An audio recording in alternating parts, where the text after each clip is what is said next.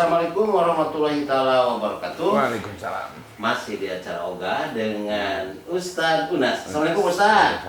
Obrolan agama ala. Waduh, wadilah. Oke Pak Ustadz. Siap. Ini episode ini menjawab Masih. Can pertanyaan. kene ya kan? Banyak Pak Alhamdulillah. Ustadz. Alhamdulillah hanya orang mudah-mudahan terbiasa sharing. Ya. Sharingnya. Ini ada pertanyaan Pak Ustadz. Dari Dede Sutandi.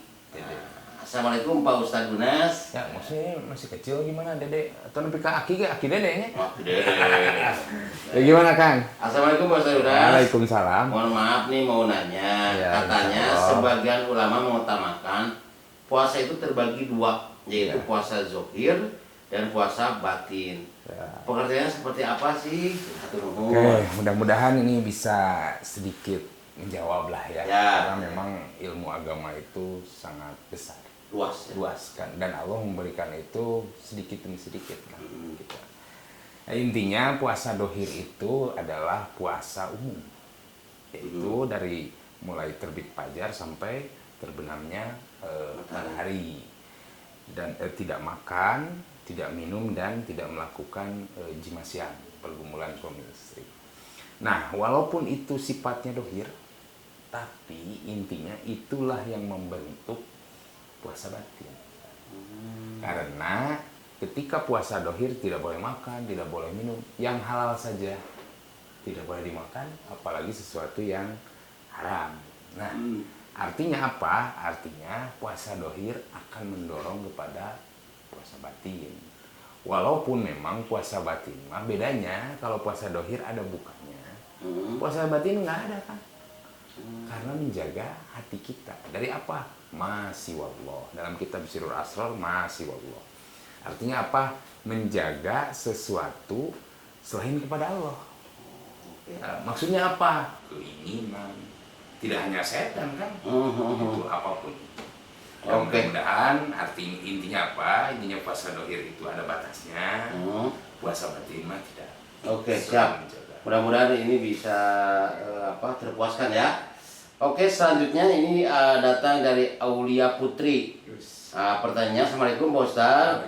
Saya mau tahu pendapat Pak Ustadz tentang apa yang dinamakan dengan trauma bonding. Woi, keren ini ya. Dan bagaimana cara keluar dari zona trauma bonding ini? Oke. Silakan Pak Ustadz. Mudah-mudahan ini bisa menjawab. Trauma bonding itu mungkin kalau dibahasakan mah trauma itu kasihan ya. Nah, bonding itu adalah ikatan cinta yang sangat mendalam. Saya ingat kan dalam Profesor Dr. Komarudin Hidayat mengatakan manusia itu dipengaruhi dua. Satu, the power of love, yang kedua the power of death. Nah, menurut beliau manusia itu dipengaruhi oleh kekuatan cinta dan kekuatan kematian. Ketika orang nyeri suku, ya ayah anak lempang, kemudian ayah anjing ngagogong kan, ngadakan pohon kan kekuatan sieun eta teh. Sehat. Kedua, kekuatan the power of love. Kekuatan cinta ini. Kenapa beliau cenderung? Karena walladzina amanu asyaddu hubbalillah. Orang yang beriman memiliki cinta yang sangat besar dalam hatinya. Jadi cinta itu bukan sesuatu yang pelek. Cinta itu adalah justru menjadi sesuatu yang sangat penting dalam Islam. Karena kalau tanpa cinta orang tidak mau ibadah. Justru iman itu adalah cinta itu sendiri. Nah, bagaimana keluar dari Zona trauma bonding itu? Artinya merelakan hati untuk apa? Bisa menerima bahwa itu bukan ada lagunya, bukan jodohku. Gitu. Iya. Dan memang kita harus menyadari bahwa kalau kita mencintai li ajli nas atau li ajli khalqi, cinta karena makhluk atau cinta karena manusia, pasti berakhirnya luka. Justru mencintai sesuatu harus karena Allah.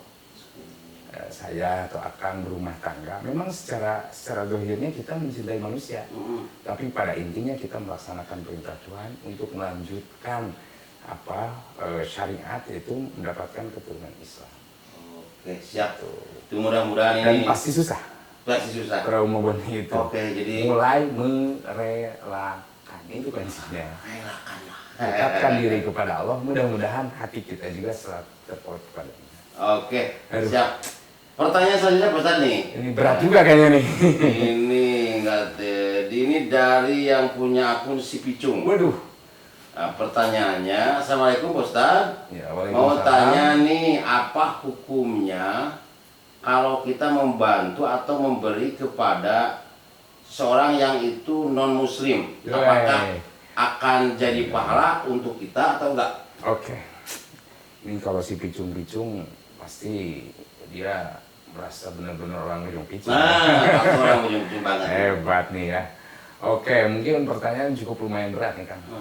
Tetapi sebetulnya kalau menghitungkan pahala, karena memang ada keterangan kalau mendoakan, contohlah orang yang non Muslim itu tidak waris dan mewarisi pada orang Islam. Betul itu. Dan ketika misalnya anaknya menjadi Muslim, ayahnya Muslim, itu tidak perlu mendoakan. Itu dari segi waris, mungkin bab waris ya. Tapi memang dulu juga kalau kita melihat ke bab kurban saja kan, ada kewajiban misalnya membagikan ke 40 rumah lah di dalam RT sebenarnya. Itu walau karena kafiran, walaupun bukan orang Muslim ya. Itu karena apa? Karena dia juga punya bagian. Karena apa? Karena agama kita, ingat, agama kita adalah agama Islam itu rahmatan lil alamin. Artinya kalau kita menghitungkan pahala mungkinnya dengan naonan kasarnya ya. Tetapi secara humanisme, secara apa kemanusiaan, sosial itu tinggi. Rasul saja dulu tidak pernah memerangi orang kafir yang ada kafir harbi kan, orang kafir yang memusuh, dan ada kafir yang ya mungkin karena itu panggilan imannya dia tidak iman, Rasul tidak memerangi. Artinya kalau perhitungan kalkulasi matematik, wah ini akan jadi ibadah atau tidak, kita lihatnya dari itu aja, rahmatan lil alamin. Dan memang tidak termasuk Islam, tidak termasuk orang iman kalau misalnya tetangganya masih kelaparan. Itu ya, kita melihat bukan hanya dari segi agama saja, dari segi kemanusiaan itu yang paling tinggi. Ya, mungkin walaupun belum 100%, tapi minimal bisa memberikan apa ya, masukan, pencerahan bahwa orang Islam tidak hanya karena agama saja, tetapi karena memang humanis kepada siapapun itu, selama itu, terutama kan di Indonesia mah semua dihargai. Founding father kita ya, founding father kita kan, baik maupun lah secara organisasi mau apapun itu mengutamakan NU, Muhammad, apapun itu, orang Muslim, orang Islam yang ada di Indonesia pasti mengutamakan kemanusiaan. Ya, siap. Terima kasih atas penjelasannya, Pak Ustadz. Mungkin cukup sekian. Assalamualaikum warahmatullahi wabarakatuh.